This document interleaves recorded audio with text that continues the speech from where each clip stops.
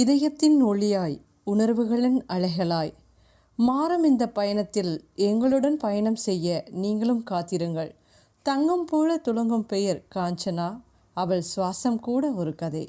அவள் நிசப்தம் கூட ஒரு ரகசியம். ஒவ்வொரு துடிப்பும் ஒளியாய் வெளிப்படும் ஒரு உலகம் அவள். காஞ்சனையின் கற்பனையில் உதிர்த்த கதைகளை நினைவில் வைத்து உங்கள் மனதை வருடிச் செல்ல போகும் நான் ஆர்ஜே வானதி. எந்தன் சித்திரமே நில்லடி இக்கதை பிடித்திருந்தால் லைக் ஷேர் செய்து சப்ஸ்கிரைப் செய்து கொள்ளுங்கள்.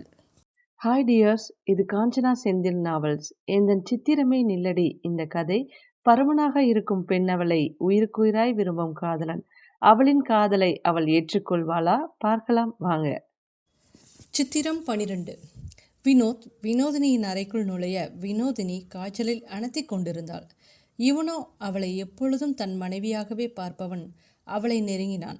அவளின் உடல் நடுங்கிக் கொண்டிருக்க அவளை அணைத்து அவளின் நெற்றியில் இதழ் பதித்தவன், வினோ, பயப்படாதடி, உன் மாமா உன் பக்கத்தில் தான் இருக்கேன், உனக்கு எதுவும் ஆகாது என்று புலம்பிக்கொண்டே இருந்தவன் அவள் முகம் முழுவதும் இதழ் பதிக்க பெண்ணவளோ எதுவும் அறியாதவளாய் அவனின் நெருக்கத்தில் குழந்தையாய் அவனின் மார்பினில் தஞ்சமடைந்தாள்.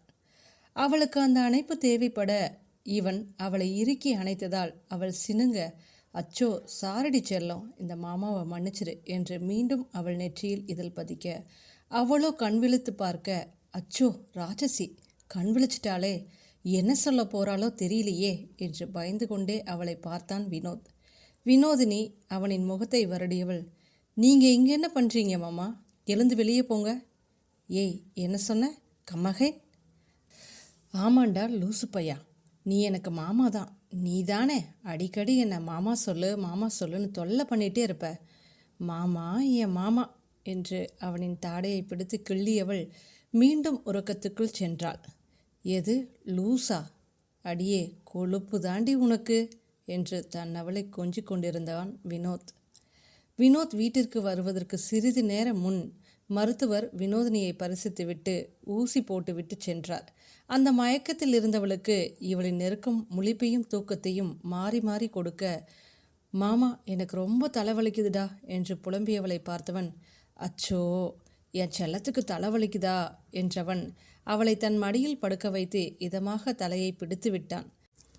சிறு வயதிலிருந்தே அவளை சீண்டுவதற்காக, ஹே லட்டுக்குட்டி, என்னை மாமா சொல்லடி என்று கூறுவான். வினோதினி, நீங்கள் என் ஃப்ரெண்டு காவியா அண்ணா தானே, அப்போ எனக்கும் நீங்கள் அண்ணா தான் என்று அவனிடம் வம்பு செய்வாள். ஆனாலும் அவனின் அன்பு மனதிற்குள் அவனை மாமாவாக நினைத்து வைத்தது. இருந்தாலும் அதை வெளியே காண்பித்து கொள்ளாமல் இருந்தாள் வினோதினி. ஆனால் வளர்ந்த பிறகு அவன் இவளை சீண்டுவதற்காக ஒரு சில நேரம் இகழ்ச்சியாக பேச அதுவே பெண்ணவளுக்கு அவன் மீது வெறுப்பை வரவழைத்தது. பெண்ணவள் ஆழ்ந்து உறங்கிட இவனோ அவளின் நெற்றியில் இதழ் பதித்து அவளை பிரிய மனமில்லாமல் அங்கிருந்து வெளியேறினான். கோமலவள்ளி கோவிலிருந்து வீட்டுக்கு வந்தவர் தன் மகளுக்கு விபூதி பூசிவிட அவளோ அவரின் கையை பிடித்து இழுத்தவள், மாமா என் பக்கத்திலே வந்து உட்கார் என்றாள். ஏய், என்னடி பண்ற, லூசா நீ? அது சரி, யாரடி மாமா? தூக்கத்தில் உளராத, எந்திரடி என்று அவளை எழுப்ப முயற்சி செய்தார் கோமலவள்ளி. அச்சோ, நான் சொல்கிறத கேளுடா, வந்து படு, நான் உன் மேலே படுத்துக்கிறேன் வா என்று அவள் தூக்கத்தில் உளறிட, எது என் மேலே படுக்க போறியா? உனக்கு என்னடியே ஆச்சு?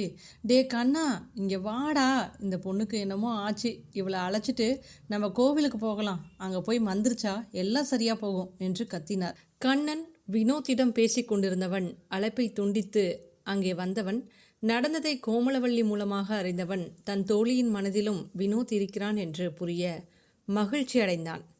ஆண்டி, அதெல்லாம் எதுவும் இல்லை, நீங்கள் போய் அவளுக்கு கஞ்சி கொண்டு வாங்க, நான் அவளை பார்த்துக்கிறேன் என்றவன் அவளை எழுப்ப அவளோ கண்ணை கசக்கி கொண்டு எழுந்து அமர்ந்தவள் சுற்றி பார்த்து குழம்பியவளாக, அச்சோ இதெல்லாம் கனவா? வினோத் எதுக்கு என் கனவுல வந்தாரு? எனக்கு எதுவுமே புரியல என்று நினைத்தவள் கண்ணனை பார்க்க அவனும் அவளை முறைத்து கொண்டிருக்க அசடு வழிந்தவள், கண்ணா எனக்கு ரொம்ப பசிக்குதுடா என்றாள். இருடி, ஆன்ட்டி கஞ்சி எடுத்துகிட்டு வர போயிருக்காங்க. எது கஞ்சியா? போடா, அதெல்லாம் யார் குடிப்பா? எனக்கு சூடாக இட்லியும் காரமாக தக்காளி சட்னியும் செய்து எடுத்துகிட்டு வர சொல்லு. அடியே, என்ன விளையாடுறியா? எவ்வளவு காய்ச்சல் இருக்கு உனக்கு? இட்லி தக்காளி சட்னி கேட்குதா? எங்கேயாவது வாயை கட்டுறியா நீ? ஒழுங்கு மரியாதையாக இந்த கஞ்சியை குடி என்று அங்கு வந்து சேர்ந்தார் கோமலவள்ளி. அம்மா ப்ளீஸ்மா, எனக்கு கஞ்சி சாப்பிட்ட ஃபீலே இருக்காது. ஏய், நீ இதைத்தான் இன்னும் 2 நாளைக்கு சாப்பிட்ணும் என்றவர், கண்ணா இதை அவளுக்கு ஊட்டி விடுடா, நான் போய் மற்ற வேலையை பார்க்குறேன். 2 நாள் கஞ்சி தான் குடிக்கணுமா?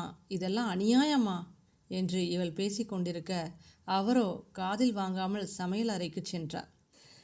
கண்ணன் அவளை கொஞ்சி கெஞ்சி மிரட்டி அந்த கஞ்சியை வலுக்கட்டாயமாக அவளுக்கு ஊட்டினான்.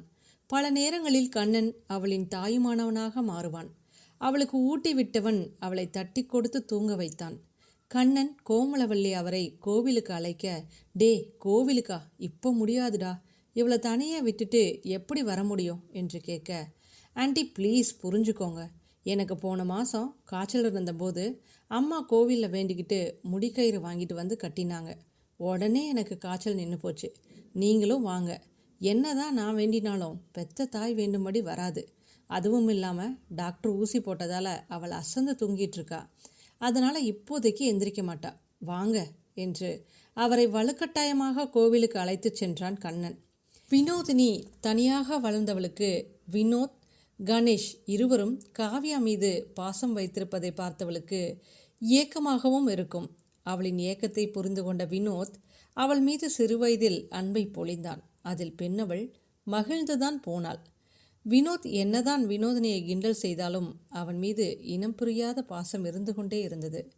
அவன் மற்றவர்களைப் போல தன் மனதை புண்படுத்த மாட்டான் என்று நம்பினாள் பேதையவள். ஆனால் அவன் வெளிநாடு சென்று வரும்பொழுதெல்லாம் அவன் அவளை புண்படுத்தும்படியான வார்த்தைகளை உபயோகிக்க அவள் மீது சாய தயாராக இருந்த தன் மனதை நிலைப்படுத்தினாள் பெண்ணவள். வினோத் விளையாட்டாய் செய்த ஒவ்வொன்றும் அவன் மீது வினோதினிக்கு கோபத்தையும் வெறுப்பையும் மட்டுமே உண்டாக்கியது. கனவில் அவன் அடிக்கடி வந்தாலும் அவனுக்கும் நமக்கும் ஏணி வச்சாலும் எட்டாது என்று அவனிடமிருந்து ஒதுங்கியிருந்தாள் வினோதினி. வினோத் தன் காதலை அவளுக்கு எப்படி புரிய வைக்கப் போகிறாள்? இவர்கள் காதல் திருமணத்தில் முடியுமா? பார்க்கலாம். கோமலவள்ளி தன் மகளுக்கு திருமணம் நடக்குமா என்று ஏங்கிக் கொண்டிருந்தவருக்கு வினோத் கூறிய அனைத்தையும் கேட்டவருக்கு மனதில் நிம்மதி பரவியது. வினோத், கண்ணன், ஸ்ருதி மூவரும் சேர்ந்து வினோதினியின் உடல்நிலையில் அவள் அக்கறை கொள்ள என்ன செய்யலாம் என்று நேரில் சந்தித்து முடிவு செய்தனர். ஸ்ருதி அக்கா, இவர்தான் வினோத். நம்ம வினோதினியை இவர்தான் திருமணம் செய்ய போகிறார். ஆனால் இந்த விஷயம் உங்களுக்கு, எனக்கு, ஆன்ட்டிக்கு மட்டும்தான் தெரியும். உங்கள் அம்மா கிட்ட கூட இப்போ சொல்லாதீங்க என்றான் கண்ணன். அடே, என்னடா இவ்வளோ பெரிய விஷயத்த இவ்வளவு சர்வசாதாரணமாக சொல்கிற? எனக்கு இதை எப்படி நம்புறதுனே தெரியல. அச்சோ, எனக்கு ரொம்ப சந்தோஷமாக இருக்குடா. சரிடா, நமக்கு மட்டும் தெரியும்னு சொல்கிற, அப்போ வினோக்கு தெரியாதா என்றவள், அப்போது இது ஒருதலை காதலா மிஸ்டர் வினோத் என்ற கண்ணனிடம் ஆரம்பித்து வினோத்திடம் முடித்தாள் ஸ்ருதி. ஆமாம் மிஸ் ஸ்ருதி, இது ஒருதலை காதல்தான். நான் இன்னும் அவளிடம் என் காதலை சொல்லலை.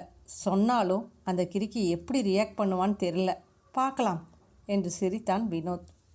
வினோத், உங்களை நினச்சா எனக்கு பெருமையாக இருக்குது. எல்லா பசங்களும் ரொம்ப ஒல்லியாக அழகாக இருக்கிற பெண்களை தான் விரும்புவாங்க.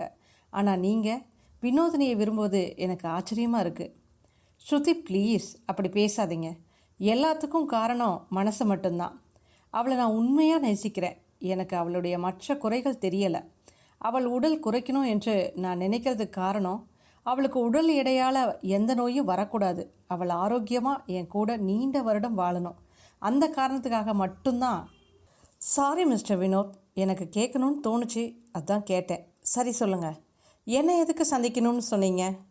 ஸ்ருதி, நீங்கள் டயட் எக்ஸசைஸ் செய்ய சொல்லி வினோதினிக்கு சொன்னீங்களே, அவள் அதில் ஒன்றையாவது கடைபிடிக்கிறாளா? இல்லை வினோத், அவள் எதையும் செய்யறதில்லைன்னு சொல்லி ஆன்ட்டி சொன்னாங்க. இதுக்கு மேலே எனக்கு என்ன பண்ணுறதுன்னு தெரியல. நீங்கள் பேசும்போது அவள் உடல் எடை குறைக்கிறதுக்கு ஆவலாக இருந்தாளா? அதாவது அவளுடைய முழு சம்மதத்தையும் சொன்னாளா? ஆரம்பத்தில் முடியாதுன்னு சொன்னா வினோத். பிறகு நான் ஃபோர்ஸ் பண்ணதால் சரின்னு சொன்னாள். நானும் அவள் செஞ்சிடுவான்னு சொல்லி நம்பினேன். பட் அவள் எந்த செயலை எடுத்தாலும் இன்ட்ரெஸ்ட் இருந்தால் மட்டும்தான் செய்வாள். சரி, அவளை இதையெல்லாம் செய்ய வைக்கணும்னா என்ன செய்யலாம்? உங்களுக்கு ஏதாவது ஐடியா இருக்கா?